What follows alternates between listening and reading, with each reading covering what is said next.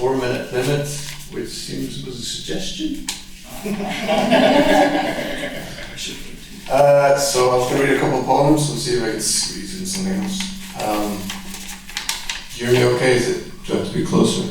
No. All right. This one is called Carousels.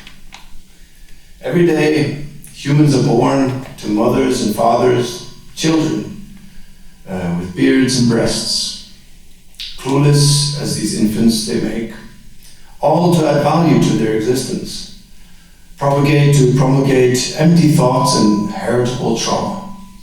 They long to hear those words, mama. Those words change little, but to add pressure to the already pressed. They reveal cracked foundations which crumble yet more. The child will demand and plead, fulfill my needs, and she will grow and awaken and fight to be, survive that child parents she did not choose. Life demands we do not lose this fight until we lose. One day she walks out of that house, embracing the freedom, feeling immortal, wanting more, or wanting less of the little that she was given. The cracks are gifts we cannot give back, as they meander down and across. But life has many glimmers and tricks, things to drink and eat and hunt. Find your emotional fix. Yet a fix is not a cure, and temporary at best. A tolerance will build, revealing an ever-growing void as time between these needs will shrink. Such meaningless chasing will break her apart, her soul feeling empty, just as her untrusting heart. And so she thinks, maybe I create something new. Instead of chasing this love, what is of me will love me. Give me meaning and care, and another is born.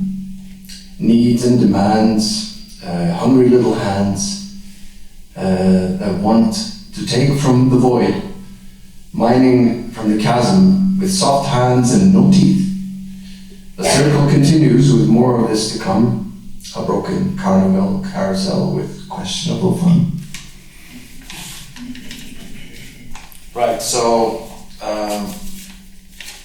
here's a poem about American tourists. Americans in the house. Don't take this personally, please. The fast food army. I find myself watching them as they wobble on like lumpy lemmings following a homing beacon. My fascination is of a nastier character than that of a friendly curiosity towards a life long lived. It is embedded in observing such cartoonish movements of humans who may deserve more respect than my arrogant disposition is willing to forego. I am unable to avoid the question, why are they here?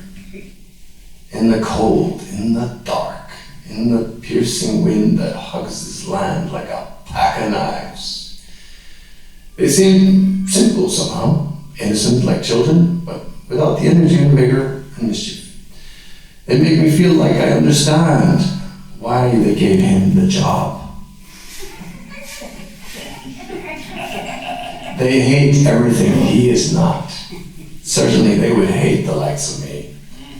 Given the chance, the right words, they hate what they fear, for fear is hate, and hate, well, that's the beast, mommy's little monster, and daddy's big mistake. Do I have time for anything else? Okay, so traveling to Mexico with 19-year-olds graduating with a free open bar. I don't think it was a great idea, but I did that a few times. And there was a lot of drinking, so I wrote a little poem about watching these people do things. It's called The Fuckers. To be 19 again, as if that was so great the first time around. Horny hormones hunt for heat and love and pain, always lots of pain. Prepare for 50 more of that. Proactively procreative, with zero understanding of why they want what they want. They want beauty inside, ugly out on the beautiful side, inside ugly. Beauty is ugly when beauty is all there is. But that is worthless info for a 19-year-old desperate for acceptance, recognition, to be liked, to be loved by someone other than this person on the other end of the umbilical cord. Okay, is that time for one little thing? Yeah. Alright. This is sort of a poem. I don't know, I'm not going to explain it. Make of it what you will. It's called Me, Myself, and I. Two men walk into a bar. Bartender asks the first of the two, "What can I offer you?" "Your wisdom and advice," the man replies. After a moment's thought, the bartender answers, "Don't look for answers in a bar. Go home and look at pictures of your life. And after this, find a tall building or a mountaintop, or better yet, go out to sea and stare at the horizon until you begin to process the images in your mind. However, if you do not agree with what they tell you, you can always come back here and have a drink. I recommend scotch for anger, cognac for nostalgia, and vodka to forget. Don't have a beer. It'll only make you want to pee or fuck. Either way, your cock will end up in your hands." The first man nodded and walked out of the bar.